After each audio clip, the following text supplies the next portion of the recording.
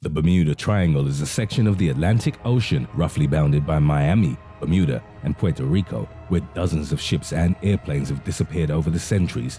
Today, we present to you 11 mysterious Bermuda Triangle vanishings.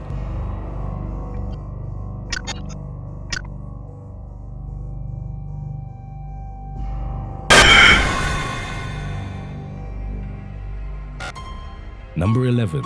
The 5 Navy Bombers. December 1945, a squadron of 5 U.S. Navy bombers left Fort Lauderdale, Florida. During their 3-hour exercise, flight leader Charles C. Taylor believed they were flying in the wrong direction because he thought the compass was broken. The situation became worse when they were hit by a storm. Taylor was convinced they had drifted over the Florida Keys. The crew disagreed, and there were arguments heard over the radio about which way to go. The last thing anyone ever heard from Taylor was him preparing his men for a water landing. As they ran out of fuel, 2 search planes were dispatched to the area, but they vanished from radar and were never heard from again. Number 10. The Ellen Austin. In 1880, the Ellen Austin was sailing from London to New York when they spotted a ship that looked as if it had been abandoned. They got closer and boarded, but found no one. They decided to tow the ship with them. A few men from the Ellen Austin stayed on the ghost ship to help steer her. A storm came up and the 2 ships were separated. By the time the storm cleared, there was no trace of the old ship or the crew members. Number 9. Witchcraft. December 22, 1967, Captain Burke and his friend Patrick Hogan, a Catholic priest, set sail from Miami in his luxury yacht. A few minutes into the trip, Burke radioed that he had hit something and requested a tow back to shore. Burke had installed a homemade flotation device in the boat, making it virtually unsinkable. The Coast Guard went out to rescue him, but when they got there, they couldn't find the boat. They searched 24,500 miles of ocean and found no wreckage or sign that a boat had been there. Number 8. The C-54 Skymaster.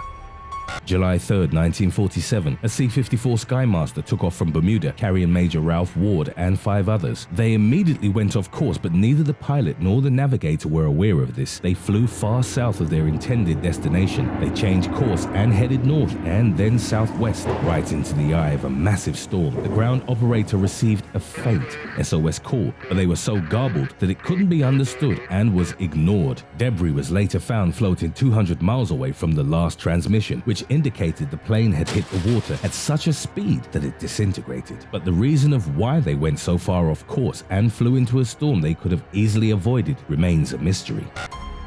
Number 7. The SS El-Faro.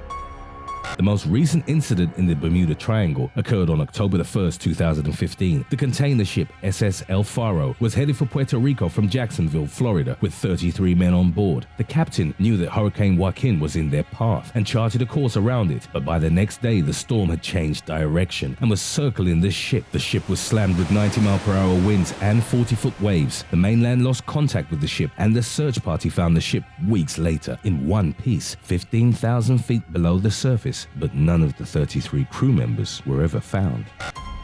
Number 6. Flight 441.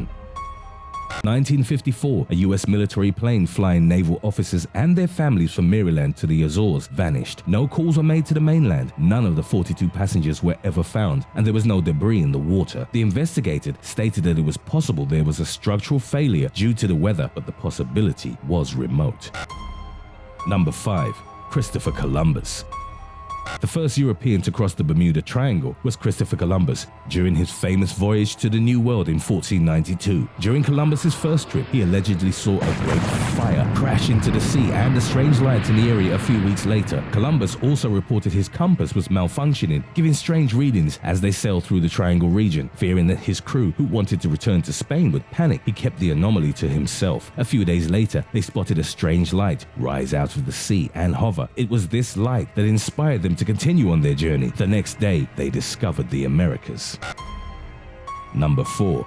The Star Tiger. January 28, 1948, British South American Airlines passenger plane Star Tiger plans to fly from Lisbon to Bermuda with a refueling stop in Santa Maria. Before they even left, Captain Brian W. McMillan ordered everyone off the plane due to a mechanical issue with one of the engines. 2 hours later, the plane took off. The Star Tiger made it to Santa Maria, but a storm caused Captain McMillan to postpone the rest of their trip. The next day, they took off for Bermuda. Captain McMillan kept the aircraft below 2,000 feet to avoid strong winds. The plane made contact with Bermuda Bermuda's radio operator around 3:15 in the morning to get their position. At 3:50, the Bermuda operator checked back, but there was no answer. The operator tried again at 4:05 and 4:40, but there was no response. The United States Air Force started a 5-day rescue mission, but it turned up nothing. There was no debris, no flotation devices, nothing that indicated that the plane had crashed. It just simply vanishes with all 25 of its passengers. Number 3. Walt Wyatt.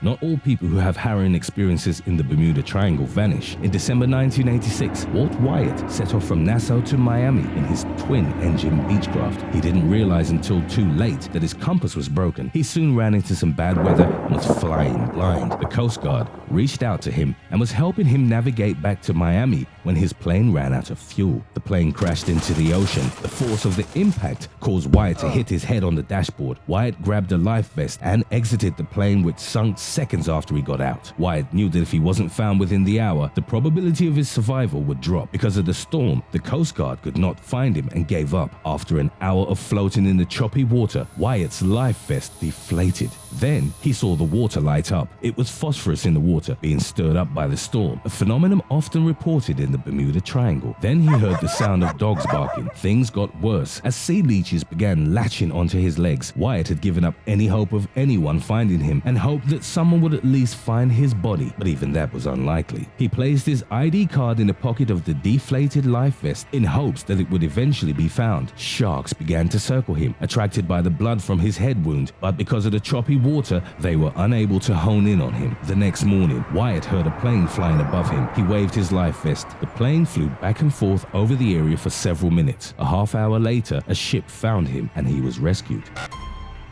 Number 2. The Cloud. December 1970, Bruce, his father, and a friend take off from Andros Island shortly after 3 p.m. Not long after they were in the air, Bruce noticed a long elliptical cloud in front of them, hovering just above the water. He had seen clouds like this before, but not this low. As they got closer, the cloud morphed into a huge cumulus cloud. They started going higher, and the cloud seemed to follow them at the same speed. The mysterious cloud caught up with them and engulfed the plane. They continued to climb and eventually broke free at 11,500 feet. They accelerated away from the cloud. When Bruce looked back, the cloud appeared as an enormous squall that was extended in a semicircle around them. They soon lost sight of the cloud and continued on their way. It wasn't long before they spotted a similar cloud in front of them, except this one appeared to emanate from the surface of the earth. They had no choice but to fly directly into it. Inside the cloud, visibility was about 4 or 5 miles. Strange flashes of bright light illuminated the area that did not behave like lightning. The further they flew into the cloud, the more intense the flashes became. They turned left and tried to exit the cloud. As they flew on, the cloud seemed to curve. Bruce realized that it was part of the same cloud they ran into earlier. It had somehow formed a huge ring and they were flying around it. Then they saw an opening in the cloud with clear blue sky on the other side. Bruce headed for it, but the walls began to close in on them as they got closer. As soon as they were free of the cloud, the opening closed and all of their electrical equipment began to malfunction. Bruce radioed to Miami and told them their location, but the radar controller said he could not find them. Bruce noticed that the sky was no longer blue. It was grayish haze that had reduced visibility to 2 miles. They could not even see the ocean. Bruce referred to this as electronic fog. They flew blindly for 3 minutes until Miami radioed them and said he could see a plane flying over Miami Beach. Bruce knew it was impossible for it to be their plane. They had only been flying for a half hour and by his calculations should be 90 miles southwest of Miami. The strange fog began to dissipate and Bruce saw the barrier islands of Miami Beach below them. The trip had taken them 47 minutes. Bruce thought something must have been wrong with the plane's timer, but all 3 of the men's watches showed that it was 3:48. Bruce had flown that route many times and it had never taken less than 75 minutes. Somehow they had flown 250 miles in 47 minutes. Number 1. The USS Cyclops. March 1918, the USS Cyclops set sail through the Bermuda Triangle with 309 crew members on board. During its voyage, she sent only one message, which did not indicate any trouble, but the ship and the crew were never heard from again. A massive search of the area turned up nothing. To this day, the incident remains one of the highest human losses on a non-combat ship. Realizing the situation, observers on the boat above opened the cage's escape hatch to provide an escape route for the creature. Chan, on the other hand, dived down and slipped out of the bottom of the cage to escape. However, he discovered two other sharks swimming close by beneath him. Not wanting to become prey to the pair, he quickly swam back up. Fortunately, the trapped shark had just escaped the cage.